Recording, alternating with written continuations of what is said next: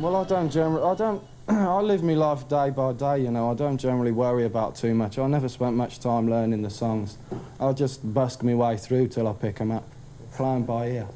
Okay, that's rock and roll, all right. Yeah. Now, I know that Whitesnake are very big in Japan and in Europe, and I heard on a BBC interview... Well, as a lot of you already know, we recently lost an absolute legend in John Sykes, and John, for myself personally, was a huge influence on the way that I play guitar.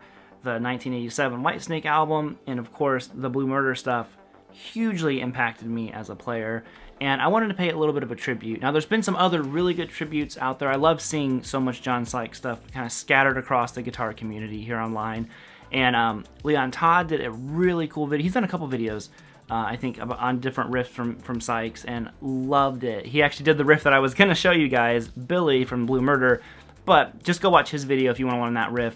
And then Uncle Ben has one coming out here real soon. It might actually already be out by the time you see mine. And I wanted to show you guys a riff, or just a song, where like the blueprint of like, oh, that's how I want to play guitar. That's how I want to write riffs. That's how I want to be. So we're going to talk about Crying in the Rain, and so many cool things in this song. So many quintessential John Sykes isms are in this riff. So get your guitars.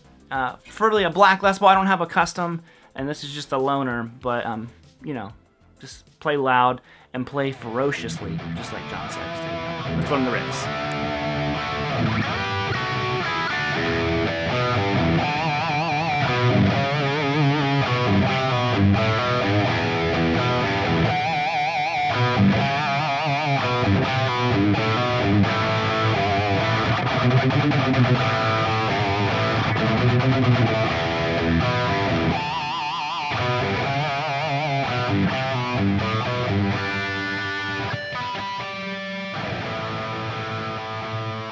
Okay, so let's break down that main riff there, and there's so many cool things inside of this already that are just quintessential John Sykes-isms that you want to make sure you get under your fingers, because the concepts of what we're learning here are always going to be the most important thing. At least this was always one of my big takeaways from Sykes. So if you listen to it like this...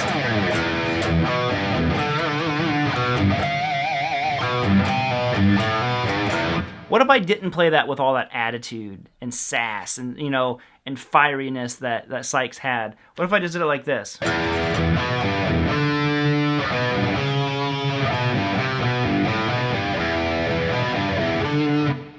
Yeah, that's not the same. So, if you want to play like Sykes, he was just such a fiery player. I mean, his solos, there are these guys that have this, like, next level speed, I've always felt like, that I'm just like, I can't really play Sykes solos because he's just blisteringly fast. And I'm like, man, that would take some work. So maybe I'll really, like, dedicate myself to learning some of that stuff. But this main riff here is just a cool, kind of attitude-ridden riff. So we're playing open low E string twice. Then you're going to go 2nd fret on the A, 3rd fret on the low E string, and then open low E string. All the way up here to 5th fret on the D string. Now, again, you're going to just like shake that string like it ain't nobody's business. Right there. And if you listen to it, it's like he's doing a little bit of a harmonic. Sometimes he does more of a harmonic, sometimes he does no harmonic. So there's just little things that he's doing where he's kind of tweaking the riff each time you hear it. Right there. And what I'm doing is I'm just kind of like lightly raking through the strings. Instead of getting this note, no harmonic, just a light harmonic. And then you go back to that 2-3 again, so 2 on the A, 3 on the low E string, 4th fret on the A. And then again, you're going to do that aggressive vibrato, a little bit of harmonic if you want it in there.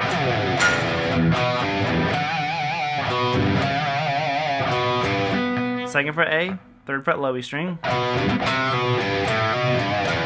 then I thought this was the coolest part.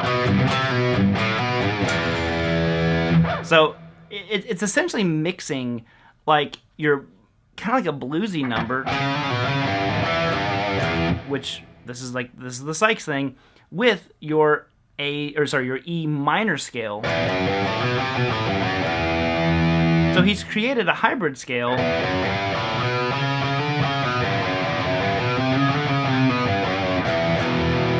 He's creating the John Sykes scale is what's happening. So that low ending part there is just 2 on the A again to 3, and then you're going to roll your middle finger here, and you're going to get 3rd fret on the A string. You're going to do 3, pull off 2. So. Back to 3 on the low E string. Then open A, hammer on 2. So. And he's doing a little bit of a bend on that last 3rd fret low E string. Again, it just adds a little bit more of that attitude to it. If you played this all without that stuff, it's not really going to sound like the riff. You know, another thing, he doesn't do that there, but that I took away from Sykes was him doing stuff like that. It sounds like you almost have a whammy bar, and sometimes he did have he had a Floyd, but on his Les Paul he did not, and he would do that stuff where he would just grab a harmonic, kind of like Eddie Van Halen style, but I always liked it because he didn't have a whammy bar when he was doing that on his Les Paul, and I was like, that's so cool, just like that big pinch harmonic squeal.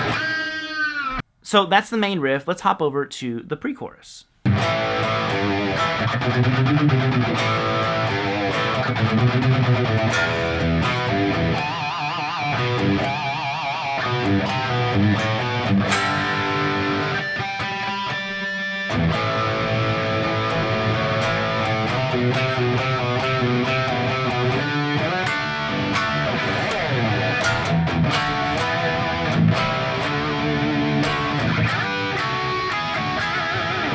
Crying in the rain. I thought that was cool how he like follows the vocal line.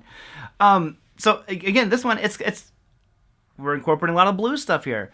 We're going to our 4 chord. So think of the first one being as E. Then we go to A, which is a very classic, blues move. We're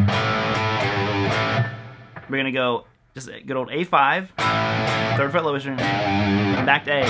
Now that part's not as important. I mean, that's pretty simple to pick up. The next thing that he does here, though, is a very crucial John Sykes thing, where he does this double picking idea. Where it's just like that tremolo picking almost.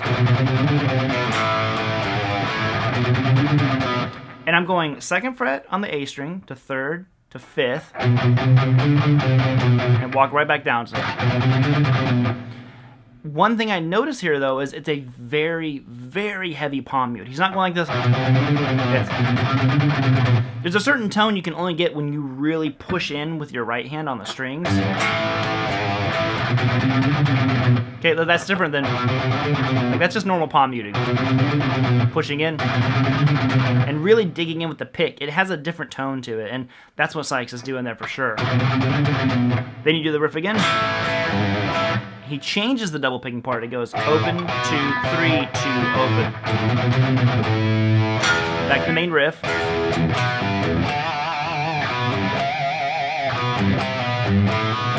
Big old G chord. Harmonics. I think it's all 5th fret. Yep. On the D, G, and B. A chord. And I feel like sometimes you hear him do that. Again, it's like a blues shuffle. And then you have this part here, which is just 3, 2 a bunch of times on the A. I don't know how many times it is. Slide up to 5. So after that 5, instead of just staying on that one, you're essentially getting a G major here. He slides into this. You're going to go 7 up to 9 on the A, and then 5 on the D and G. It's the same thing if you went like this, but he's taking his 3rd from the B string and putting it on the A, so you get a cool inversion.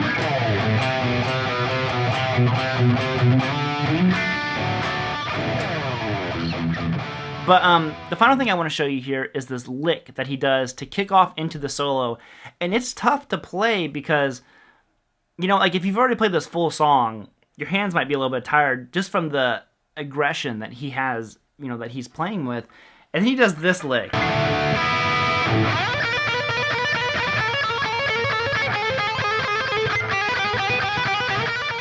And he walks that down. It's so hard to do. My hands are tired. This Les Paul has 11 gauge strings on it, which I'm used to playing 10s. But I'm just borrowing this guitar, so it's not mine. I'm like, oh my god, these 11s are killing me. So, but it's such a cool, I'm like, look at this dude. Like, who thinks of this stuff? And I've never been able to like pull off licks like this in my own songs. I'm always just like, man, I need to like figure out how to do that because I mean, it sounds so cool. And it's kind of like, if you know the Cowboys from Hell solo, where Dime does... It's that same pattern. He's just going to go 11, 12, 15 on the B. So it's already kind of like an odd stretch for your fingers. But then to do it, he does a walking down. Just chromatically. You move everything down 1 fret at a time.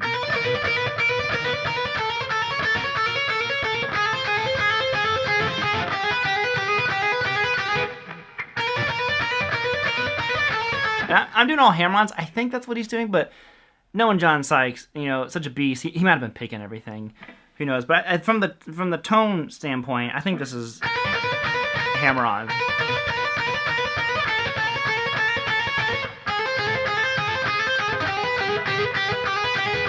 Oh my god, it's such a finger burner to do that after playing all the other stuff. Brutal. So anyways, John Sykes, I mean, just the absolute man, and will be terribly, terribly missed. Alrighty, gang, that is going to be it. All the best wishes to Sykes' family, and just I hope he knew how much of an inspiration he was to so many of us. And like I said before, make sure you check out some of the other videos that people are making about these, especially my buddy Leon Todd and Uncle Ben. I will link both of those videos down below for you guys to check out as well.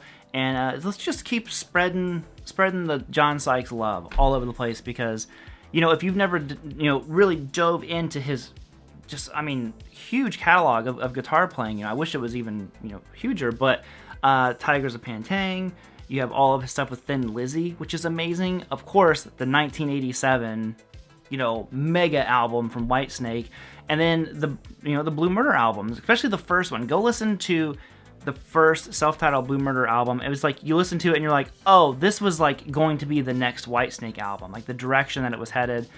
Billy, Valley of the King, Jelly Roll, the song Blue Murder, so many cool things in there, just monstrous riffs, crazy solos, and in Blue Murder you get to hear John sing, and he is an incredible singer as well. So anyways, like I said, greatly will be missed. Rest in peace, Sykes, and I'll see you all next time. Later, homies. Bye.